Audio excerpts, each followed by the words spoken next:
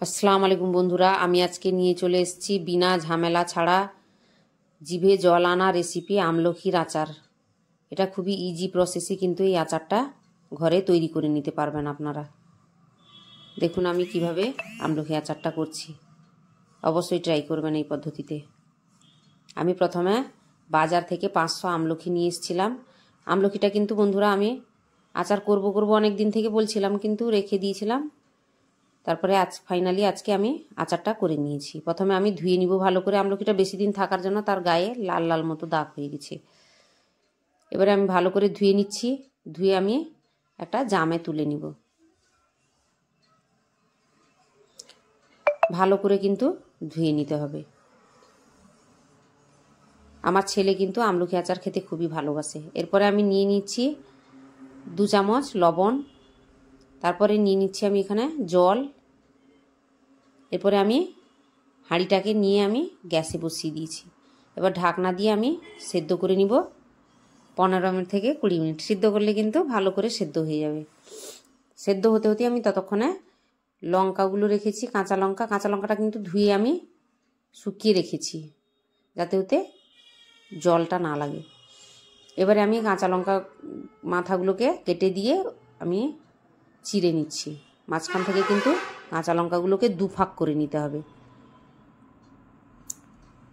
এরকমভাবে মাঝখান থেকে চিড়ে নেবেন। এটা কিন্তু খুবই টেস্টি এবং এভাবে আচার করে কিন্তু অনেক দিন রাখা যায়। অনেকে ভিনিগারের আচার করেন, কিন্তু এটা ভিনিগার নয়, এটা সম্পূর্ণ স্বাস্থ্যকর এবং কোনো কেমিক্যাল না দিয়েই আচারটা। এবারে দেখুন সেদ্ধ হয়ে গেছে, মাঝখান থেকে কিন্তু ফাটা ফাটা মতো হয়ে গেছে। ভালো করে সেদ্ধ করে নিয়েছি। এরপরে আমি সেদ্ধ হয়ে যাওয়ার পরে ভালো করে কিন্তু ঠান্ডা করে নিতে হবে। পুরো সম্পূর্ণ ঠান্ডা করে কিন্তু বন্ধুরা ঢুকাবেন জারে। আমি জারটা এখানে প্লাস্টিকের নিয়েছি, আমার কাছে কাঁচের জার অ্যাভেলেবেল নেই, তার জন্য আপনারা পারলে এটাকে কাঁচের জারে রাখবেন। আচার কিন্তু কাঁচের জারে খুব ভালোই থাকে। এবার আমি সবগুলো আমলকিকে ঢুকিয়ে দিয়েছি জারে। তারপরে নিয়ে নিচ্ছি চেরা কাঁচা লঙ্কাগুলো দিয়ে নিয়েছি। এবারে আপনারা ভাবছেন জলটাকে ফেলে দিবেন, ফেলে দিলে কিন্তু আমলকির স্বাদটাই চলে যাবে। আমি ওই জলটাকে কিন্তু ভালো করে ঠান্ডা করে নিয়ে জারে কিন্তু ওই জলটাই ঢেলে নিচ্ছি। এরপরে আমি নিয়ে নিচ্ছি একটা গোটা পাতিলেবুর রস দিলে কিন্তু আচারটা ভালো থাকবে, টক টক থাকবে, ভালো থাকবে। অনেকে ভিনিগারও ব্যবহার করেন, পারলে আপনারা ভিনিগারও ব্যবহার করতে পারেন। আমি এখানে যেহেতু বিনা কেমিক্যাল জিনিস ছাড়া আমি আচারটা করব, তার জন্য আমি লেবু ব্যবহার করছি। আমি লেবুর রসটাকে কিন্তু ওই আচারের জারে কিন্তু চিপড়ে নিব। প্রথমে লেবুটাকে কেটে নিচ্ছি। অবশ্যই রেসিপিটা ট্রাই করবেন।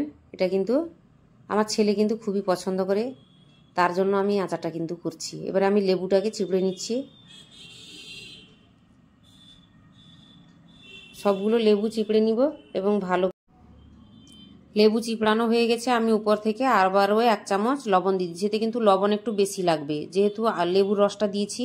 এরপরে ঢাকনা লাগিয়ে আমি ঝেঁকে নিচ্ছি। এটাকে নিয়ে 7 থেকে 8 দিন রোদে দিলে কিন্তু আচার আপনি রেডি করে খেয়ে নিতে পারবেন। 7 থেকে 8 দিন কিন্তু বন্ধুরা রোদে দিবেন। রেডি আমার আচার। রেসিপিটা ভালো লাগলে লাইক করুন, কমেন্ট করুন, শেয়ার করুন।